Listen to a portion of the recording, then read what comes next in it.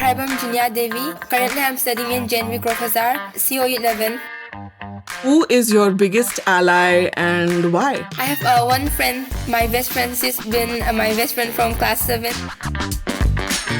I'm your host, Vandana Goyal, co-CEO of Avanti Fellows.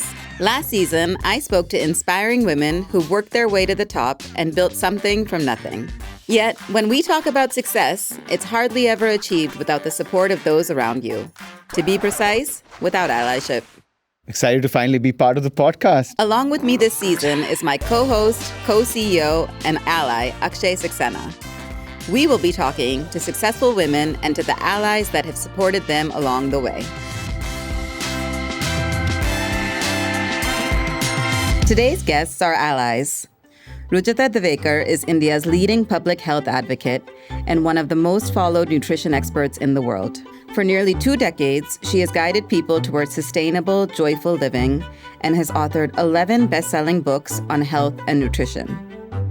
Gaurav is an avid trekker, author, and the founder of Connect With Himalaya, an initiative that leads transformative treks across the vast Himalayan range. Gaurav and Rujuta, welcome. Thank you so much for joining us today in the studio. Thank you. Thank you for having us, Vandana. Yeah. So nice to be here with friends, as well as 2 people who I respect so deeply. So we're going to have a fun time together, starting with your childhood. Oh, okay. So yes. I would love to start with, who were the biggest influences in your life? Who formed you to be who you are today? So I think one of the things that stood out for me is that my mother's always been a working woman and that she continued to pursue leading a very good and wholesome life with a full career. So she would go for her music classes. She had a group of friends. She would also cook at home. She even could have the financial means to employ a cook. And she never felt guilty about having a good time. And I think that has impacted me. My father was in a job till the time that he was 55. And, because we come from a very middle class family and way back then, no one would really start a business of their own. But he was in a very exploitative working condition. But he didn't have the guts to kind of start his own business while his daughters were still studying.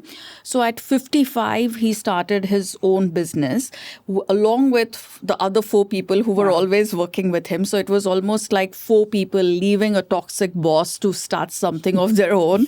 And they still, work together. They continued to work together till my father passed away. And the others are still running the same company. And I also feel that happened because my father married a working woman and he had the financial security to go without money for a few months. So those are some of the things that I think stand out for me as, in regards to my parents. And then my father also did this thing that after my 12th standard exam and after my sister's 10th standard exam, we were really very keen on going for a trek. So we went for a trek, which was at that time conducted by Youth Hostel of India. So he dropped us to Manali. Then we did the 11-day trek. And my father said to me, I have dropped you to Manali, so you just come back the exact same way back to Mumbai. So, just the fact that he could trust me, that he expected me to be on my own, that he expected me to take care of my sister and also my other friends who had gone along. So it was not just my father, even the friends of, even my friends' parents were very sure, and we were all just girls. We were a group of 5 girls, that we will make it back on our own, safe and fine. And I think that really also comes when you trust your daughters to trust the right people to even ask questions or to keep company on your long journey back. Because this was in 95. So coming back from Manali was a 2-day affair.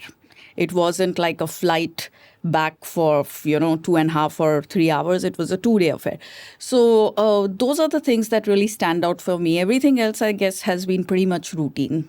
And how did your father become like that? Because in the 80s and 90s, to be like that with a wife and because daughters. my grandfather was like that and his mother was like that, So my grandmother was also like that. My grandmother's a very strong, fierce woman that everyone was very scared of. That doesn't sound familiar. And everyone said to me while growing up that you're exactly like your grandmother, and not as a compliment. But I kind of owned it. By the time I was in my 8th standard, I owned it. And I'm like, mere se dar lagta hai, bahut acha hai. I'm going to just That's right. live my life on my own terms. And Gaurav, you grew up in Punjab, is that right? Yeah, I think my childhood was very different from Rujuta's. I grew up in a village and life was very slow. And I think that is the pace that I've kind of liked and kind of keeping till date. So if you ask me what is the contribution of my childhood to what I am today, I think it's that slow pace, and that has kind of defined many decisions that I've taken, in adulthood. Yeah. So I think basically GP's entire focus in his childhood was to lie down on a charpai on his chat and read a book, and then shift the charpai based on where the sun is going. Exactly, and I think he wants to do the same thing in his adulthood. Yeah, I think just take things easy, take things slow, and that's been pretty much what I have been doing. But you're an incredible partner. I've seen your partnership, up close, and you're an incredible partner to Rujuta and vice versa. Where did that perspective and mindset come from? Was that something in your adulthood that you kind of took on, or was that something you saw modeled in your childhood? No, I think that must be something that happened during my adulthood. When I was in college, I went to Berkeley for my engineering. Until that time, I used to think that I know pretty much everything that is there to know. I had that Male confidence. Yeah, male confidence, or just in general confidence. Don't put words in his mouth. Or just general, think that I know everything. Yeah. And I think after graduating, after I started working, after I moved back to India, all those accumulated experiences kind of gave me a hint that no, there is much more that I need to know, that I need to figure out. And then I met Rujuta, and it kind of, it was like a crash course in everything, which I was missing, or which I felt that I don't know. So I really admire her for that. I really admire her for the fact that because I met her, so many things got cleared, in my mind about, how to live, how to lead your life, what is culture, what true health really means, what living a life really means.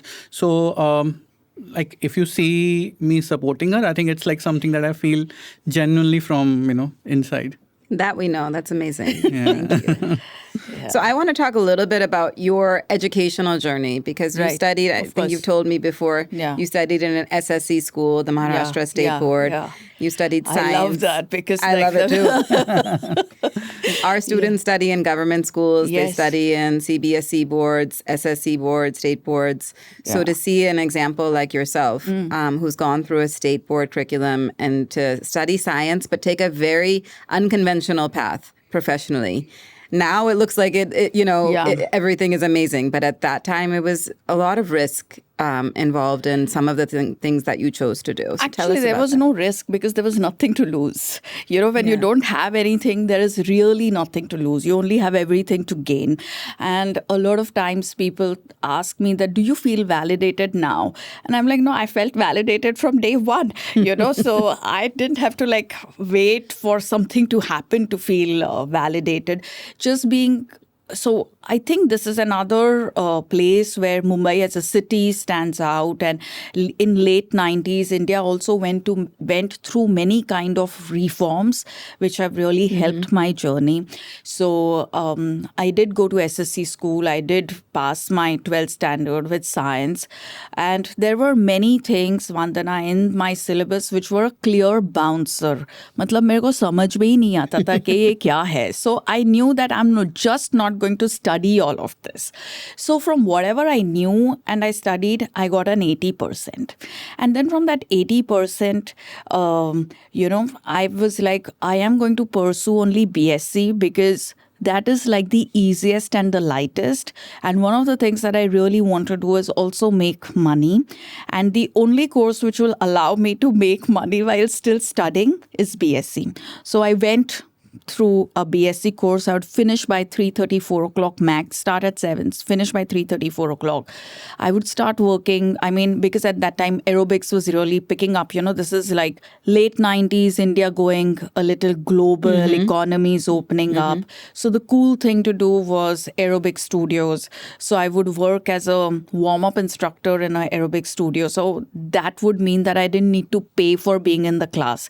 Even that felt like a payment. And then whenever the main instructor runs late, I would take the warm-up and everyone would say that, oh, I'm very good at doing warm-ups, and I would feel great about it, because I think another thing is that there were a lot of people who would just encourage you. Today we have hashtags like women lifting other women or women uplifting other women, but that was pretty much, I think that is pretty much the norm or the culture in a city like this. So that really helps other younger girls. I mean, it surely did help me. And then after I finished my BSc, they started a course for the very first time. It was called In Collaboration with IIT Mumbai, because otherwise IIT Mumbai and home science just don't meet, But this was like a collab. And this is when they said that we need to make education into something where once you graduate, postgraduate, you can get employed, because otherwise as a BSc student, you can't get employed. As a postgraduate also, you can't really get employed, like real employment, So SNDT University, IIT Mumbai got together, and it was the very first year of a postgraduate diploma in sports science and nutrition. So IIT would teach a few subjects and SNDT would teach a few subjects. So I would spend, 2 days of the week in IIT Mumbai and 3 days or 4 days of the week in SNDT. And they are the ones who took the big risk by starting this course, because no one was interested in doing this course. And we were only a class of 7 girls. And SNDT got me Only girls? Yeah. Yeah. Wow. And SNDT asked me to take an entrance exam because I didn't come from the home science background. And my sister, who's who's very smart, and she said to me that if you cracked this entrance exam, it must be a really shitty entrance exam. And it's true, because it really was, because I could crack it.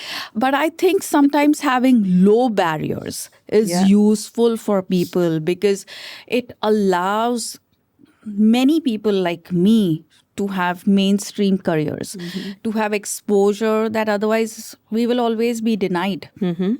And what did you do with that? What was your first step? So I think I kind of got lucky that I was into a non-mainstream profession at a time when economy was... When you could make it work. Yes, when things kind of just worked for me without me needing to do anything exceptional or using any kind of strategy or really doing brainstorming or anything. It's like I kind of grew because the country grew.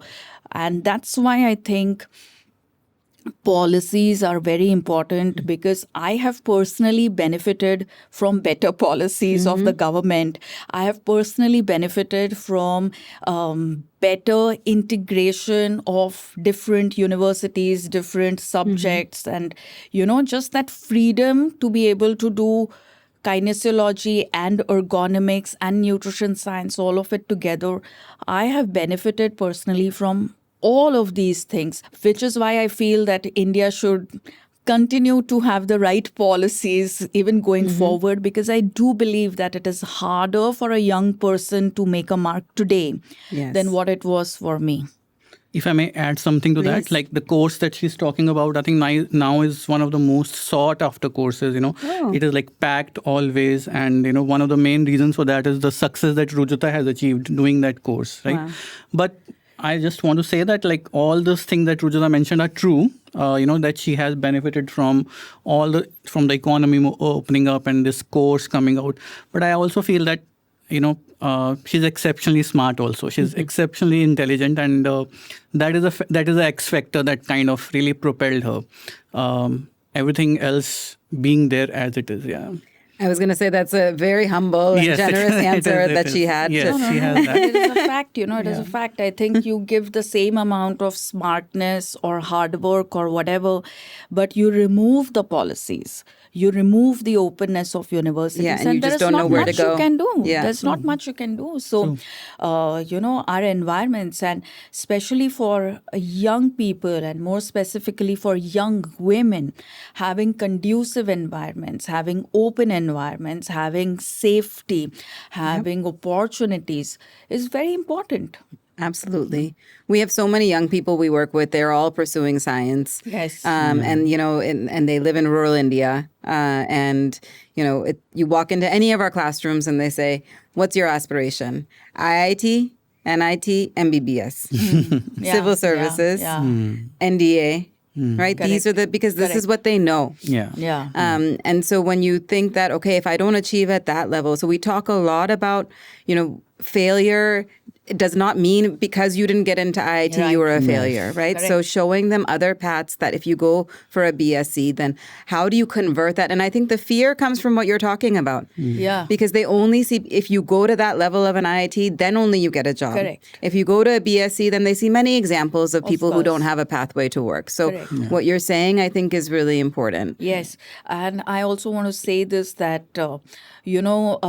last year I was, I think, at Mangalore airport. We were coming back from a holiday in Coorg, and it was around May. That's the time when results are declared. And a middle-aged man walked up to me and he said, my daughter just got her 10th standard results and they're not very good.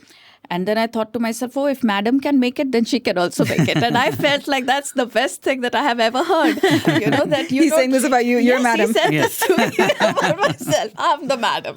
That, if you can make it with low marks, then, there are many people who can make it with low marks. Because, how high is high? Even at 98%, you feel like a failure. Yeah. At 90, you're a clear failure. And at 80, you probably shouldn't even talk about your marks. So he was quite happy that, and he felt very reassured that it's fine if his daughter's not cracked the exam. And if I was to think that, okay, what's my one contribution in life, that I think this is my You contribution. created an example for them. Yeah, absolutely. Yeah. Gaurav, you said you went to Berkeley. You're an engineer, Yeah. at least by training. Yes. But now you've, kind of evolved, I think, in your professional journey. So tell us a little bit about why engineering. Berkeley is one of the finest institutions in the world. Yeah. So clearly you're not lacking in intelligence yourself. But you chose to do something very different with your life path. First, I want to tell you about why I chose to go to Berkeley or to engineering to do a master's in engineering. That's because when I was doing my graduation in engineering, by the time it was fourth year, I figured that I really don't know much, and the prospect of going out in the world and working and, earning a living was very scary because I genuinely felt that even though I've studied 4 years of engineering, I really don't know much, and I want to know more before I kind of feel ready to work, feel ready to kind of, make a living. So that was the primary factor that even decided that, that made me decide that, okay, I should consider doing a master's. And it just so happened that I got into Berkeley. That was just pure luck. And couple of years there. And I think the main thing that I learned from Berkeley was probably to not be so afraid of doing things which are unconventional. And, I had this very small thought before going to Berkeley that eventually I do want to do something of my own. And that kind of solidified while I was there. I probably also understood that just the fact that I'm doing engineering doesn't mean that my entire life I have to focus on just engineering. I can pick up some good learnings that I have learned from my education and my exposure to, all that different things that you get exposed to in a US university, and then put them to use in an entirely different scenario also.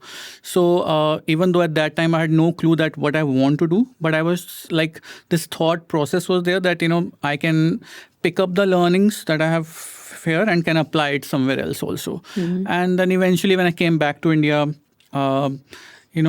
and I was still figuring out what I want to do. And then when I decided that I want to do,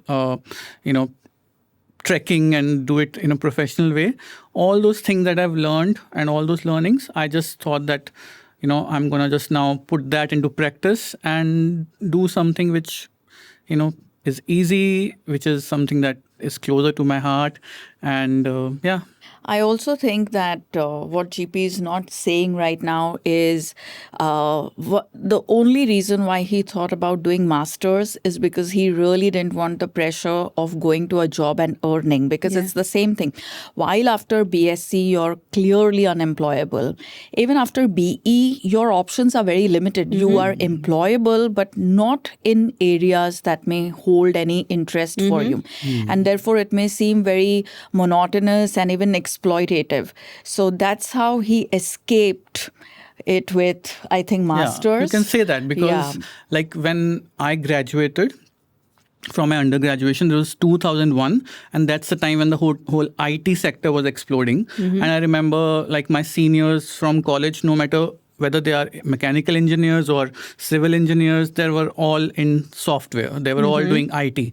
And that is something that I was sure not, I cannot do. I don't want to do, basically. Yeah, that was another reason that I thought like, okay, let me just escape this IT thing and see what I can do, but, buy some time for myself, do masters and like kind of think more clearly what I really want to do.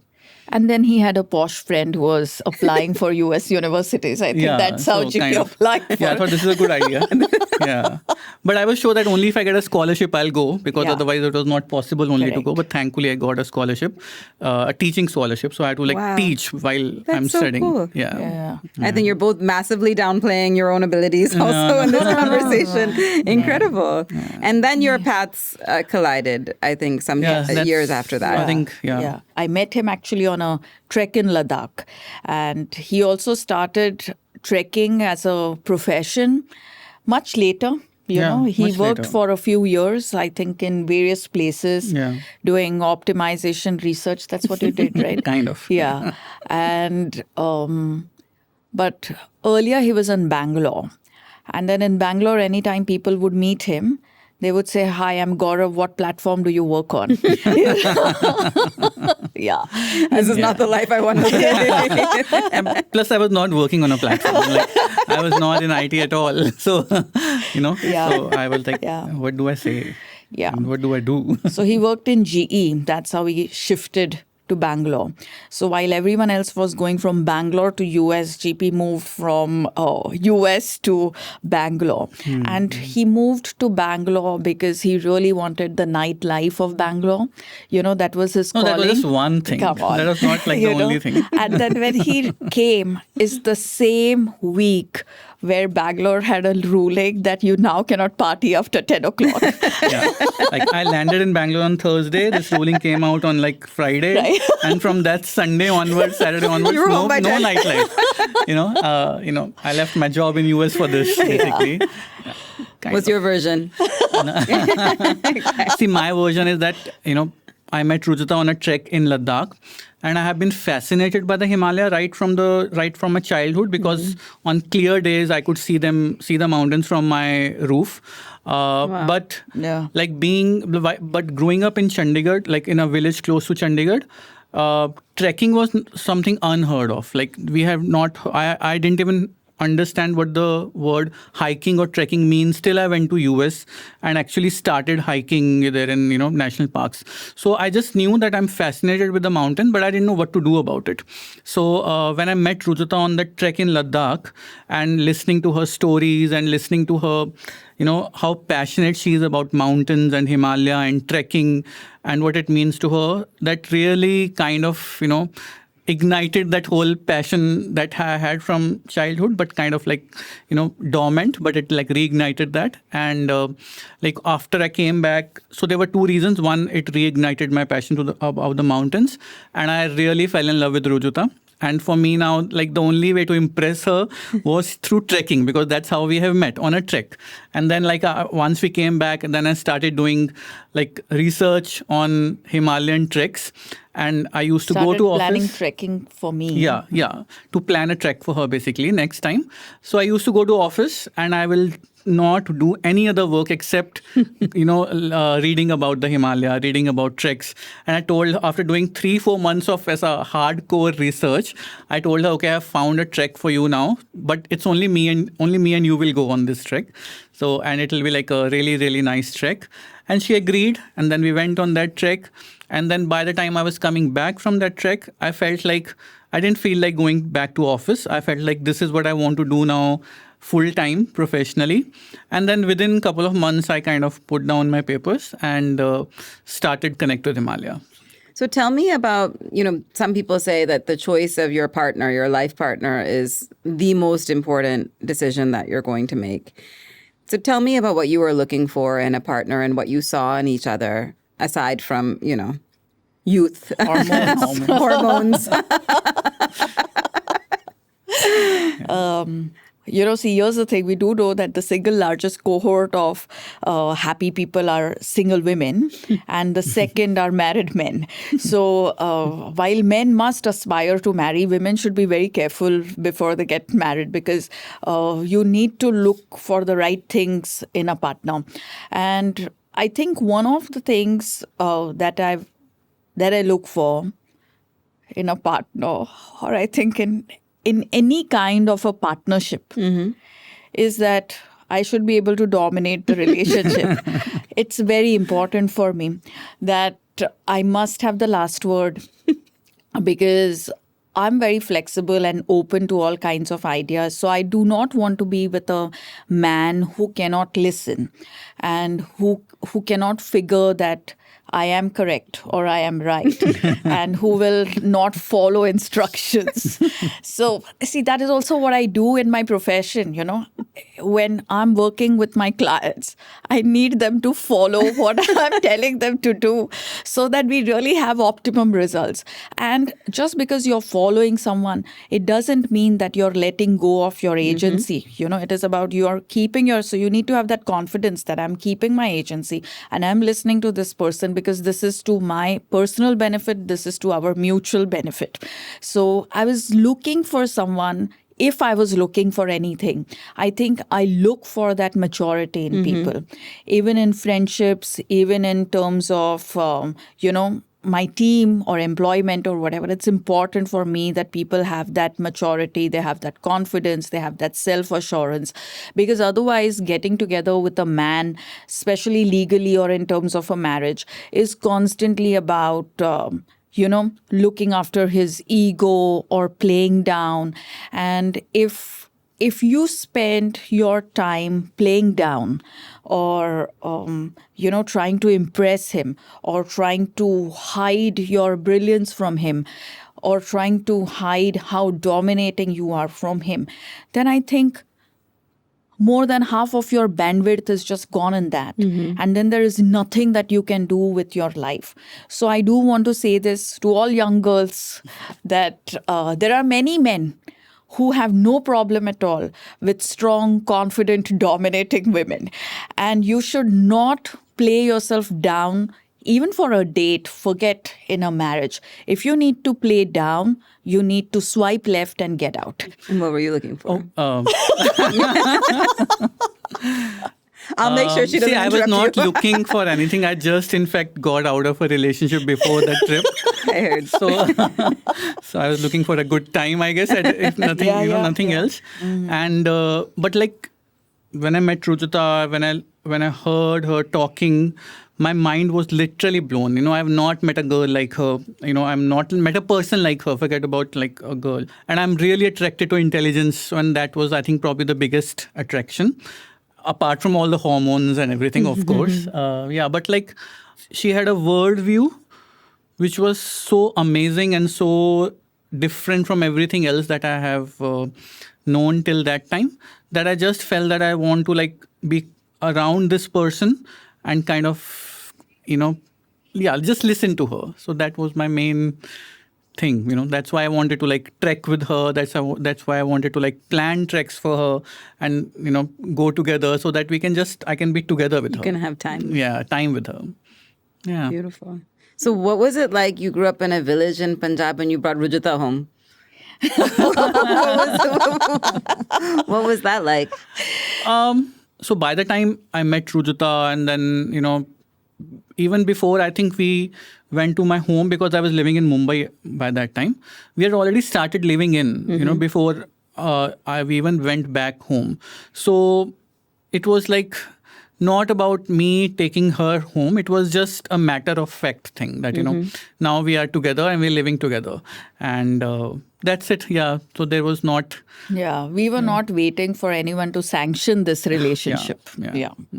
And then they have to accept it, right? They have to accept it. I really think that it is up to women to set their bar high and to say that I am not going to accept anything lesser or lower than this. Because once we start saying that, okay, I'm going to take lesser or lower this one time, you lose track of when you take it the 100th time or the 1000th time.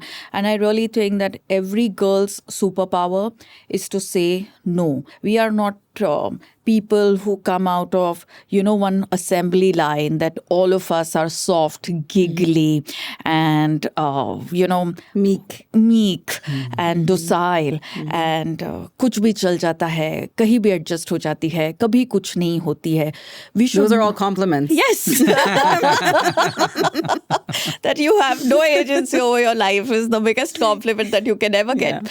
So we should not fall for that trap. I think just like how men should save themselves from the trap of, being dominating and being leaders and being the breadwinners or, whatever else. Because these traps reduce us to prototypes at best and take away from our humanity and from the real contribution that we can make to the world. So as women, we should never wait for any kind of sanctions and okays and permissions from anyone at all. That brings me I think, to how you use your platform. Now, Right. I think I only realized how well known you were once I was around you a little bit. And every left and right, I'm like, okay, I guess she's a little better known than I thought. But you've, I think, because of your passion for many things, used your platform that you have to talk about many things outside of maybe adjacent Correct. to health and to well-being, I would say, rather. How do you choose, and gender and advocating for girls and young women has obviously been very prominent on your platforms. How have you chosen to use, your visibility, I think, and your public kind of presence to communicate certain messages? It's not about me being a cheerleader or anything like that, but it's just about, I just feel that if young girls today have to struggle like the way we did, then us living long is quite useless. It has to, the world has to become easier for girls and even for boys. It has to become easier for them to be themselves. Only then we living long enough is useful. Only then us having made something with our careers is useful. Otherwise, khali paisa banega aur kuch nahi banega. And then that leaves you feeling very hollow. And if that's the only thing that you're looking to create, then no matter how much money you have, you always feel like a loser. But if you have, if you are able to create value on many other fronts, if you've had the opportunity to create value on many other fronts, then you begin to feel very good about yourself, irrespective of how well or how poorly you may have done financially, the quarter to quarter or year after year. And it's important to have all of these other areas to build value and to contribute to. That's how I look at it. So I don't think it hasn't been a conscious decision.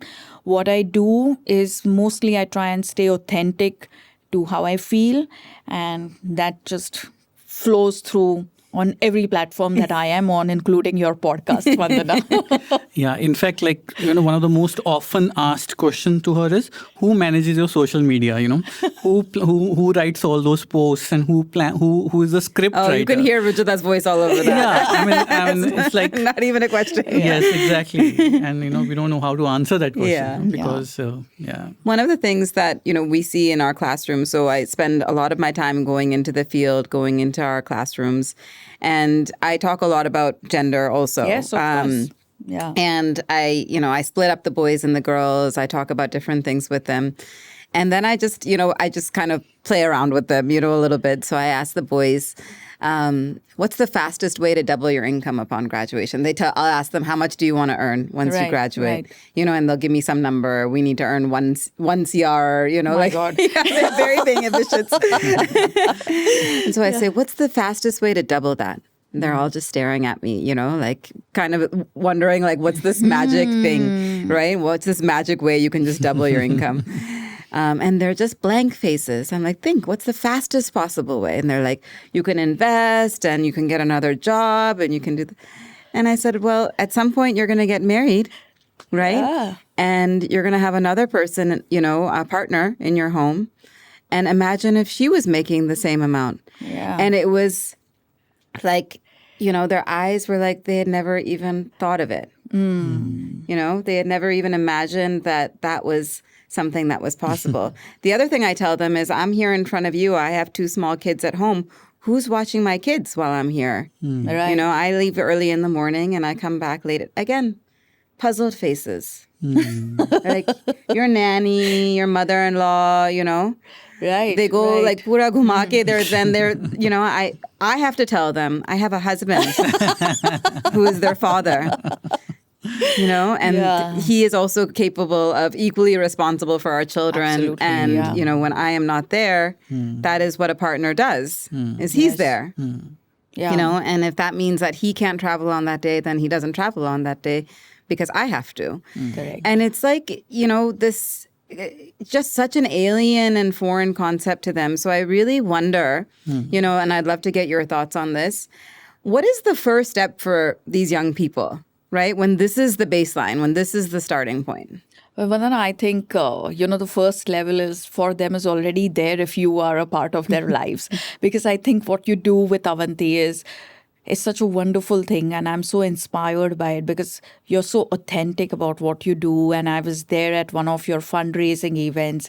And I happened to meet some of the people who even who are contributors to your project. And I met some of the students who you have fostered and mentored.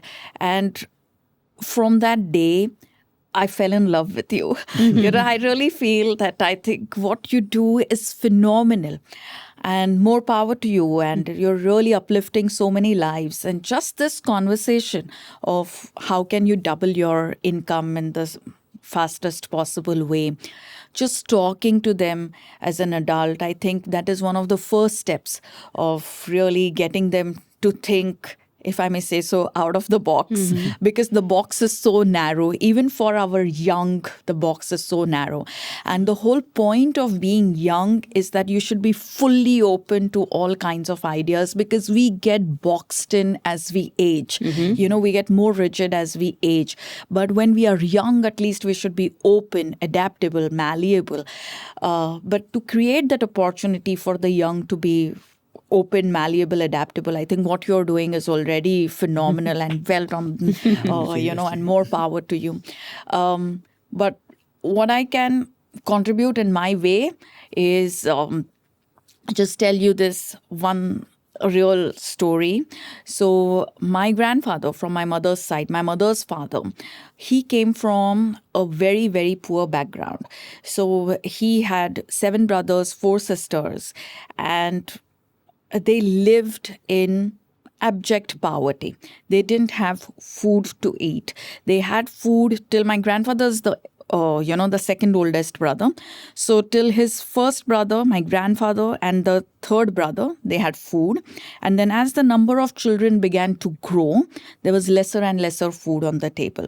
So they actually didn't have food to eat. So they were a level lower than hand to mouth. Okay. And then at that time, after his 10th standard, my grandfather came to Mumbai. And when he came to Mumbai, he wanted only one thing, and that is to uplift his entire family out of poverty, because he had seen that when he was young, he had food to eat. But his younger brothers, his younger sisters had nothing at all. In fact, his mother gave birth to 17 children, of which only 11 survived, because the rest of them just died. Some of them died 2 months later, some of them died 3 years later, some of them died on 8 days, just malnutrition, nothing else. Poverty, and therefore no access to nutrition, to nutritious calories.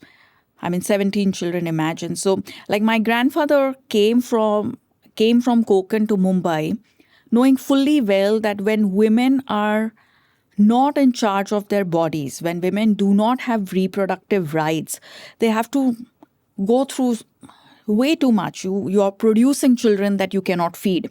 You're producing children who are not even going to live. And I remember asking my grandfather that how sad your mother must have been that she lost so many children.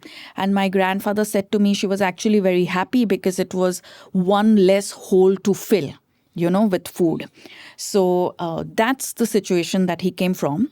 And then when he came to Mumbai, he was obviously of a marriageable age, because you finish your 10th standard, you come, and he had this inherent understanding of this question that you're asking, that the only way I uplift my entire family out of poverty is if I marry a girl with a government job. Because you marry a girl with a government job, she has a secure income, she has a pension later in life, and you're marrying a woman of a certain caliber. So he married my grandmother. She had she had a government job. She worked as a school teacher. And after they married, so my grandfather had this strategy that you marry a woman with a secure, who has a government job. Then you bring the next brother to Mumbai. And when you bring the next brother to Mumbai, there is only one requirement out of that brother, that you do not become an impediment or a burden on your bhabhi or vaini. You become a helping hand in the kitchen. You prep for food, you cook food, you help her raising children, so that she begins to see you as an asset. And then she finds you a girl with a government job to marry. So one after the other, these brothers came in, they became, real contributors in the married lives of their older brothers, essentially by helping in the kitchen, essentially by ensuring that the woman literally had nothing much to do once she came back home, that she didn't resent the fact that her brother is at home. She looked forward to his presence because he made her life easier. He and the husband made her life easier. So one after the other, they just did that. And then the 11 of them were out of poverty, and all the women in my family, like all my grandmothers, are government school teachers. They taught different subjects, but they were government school teachers. So having women with a voice, agency, and impact has been my breeding ground. Having men who know that it is very useful to have women who earn has been my default. It has been my breeding ground. So I expect that in any situation that I walk in, I expect that a man is going to celebrate the fact that a woman earns, and that she earns well, and that it is my responsibility to earn and work in the household. I have to do both. I can't just do one thing, because these women who earn, they have high expectations, and I have to live up to them. So we are today, all of us are out of poverty. And because the brothers have been good to the women that their older brothers married, there is a lot of love within the family. We are all together. And my grandfather had this very distinct understanding and strategy that we lift each other up, but we never mix money. So you keep the hisab very clear, but you contribute a lot at home. And which is why today I think, other than the fact that we are all financially empowered to lead better lives, we are not hungry anymore, we are not poor anymore, we could all realize our potential in every career that we chose. But it's also that we have a family bond of love, of warmth. When someone falls sick, it is not just the responsibility of the immediate family to look after that person, but we now have like a group of people that looks out for each other. Our smallest family gathering is about 35 to 40 people. So having women who earn and supporting them as a strategy is useful in more ways than one. It doesn't just double or triple your income. It brings you security of health. It brings you security of food. It brings you the security of love and warmth. It brings you nephews and nieces and grandchildren. So Has generational benefits. yeah, it has generational benefits. So I think everyone should That's so do beautiful. this. Yeah. And I think Rujuta is carrying forward the torch of a grandfather. Like she's what her grandfather used to be for the family at his time. She is the person who is now, that's what I feel, That's what GP feels. Yeah, she keeps the whole family together. She keeps everything that he has done. She keeps it very relevant and makes sure that no one forgets that. So, I think None of us forget it any which ways. But I think the fact that my grandfather spoke so openly about what his mother had to go through, and the fact that it kind of changed his entire perspective about what other women, like he was very clear that whatever that his mother went through, no one else should have to go through this. He was quite clear about that. And there are not too many men who think like that. There are a lot of boys who think कि मेरे mother ने भी सहा है, मेरी बीवी भी सहेगी, मेरी बेटी भी सहेगी. So I think men who think differently are a very valuable asset in our lives.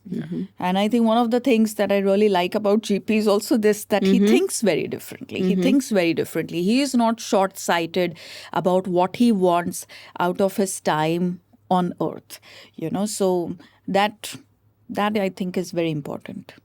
Yeah, the whole purpose of us doing this podcast, honestly, was because if you don't see anything else, if you don't see any other example, right, it's almost like a default assumption, unless you're like some exceptional person, right, who just is born thinking differently, Correct. Right? Then you just say, well, that's what we do. Yeah.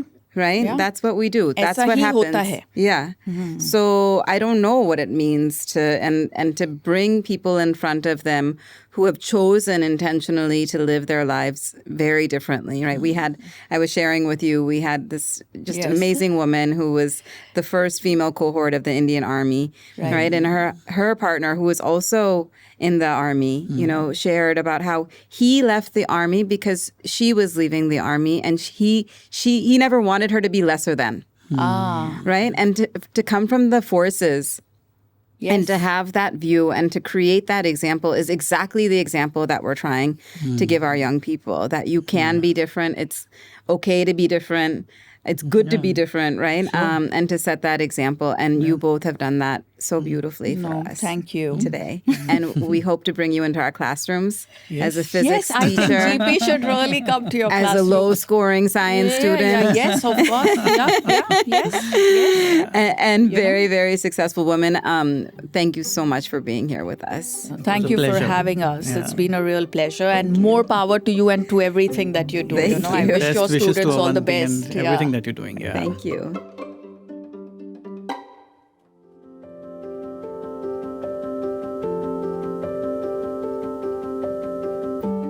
Avanti's mission is to end poverty in a single generation.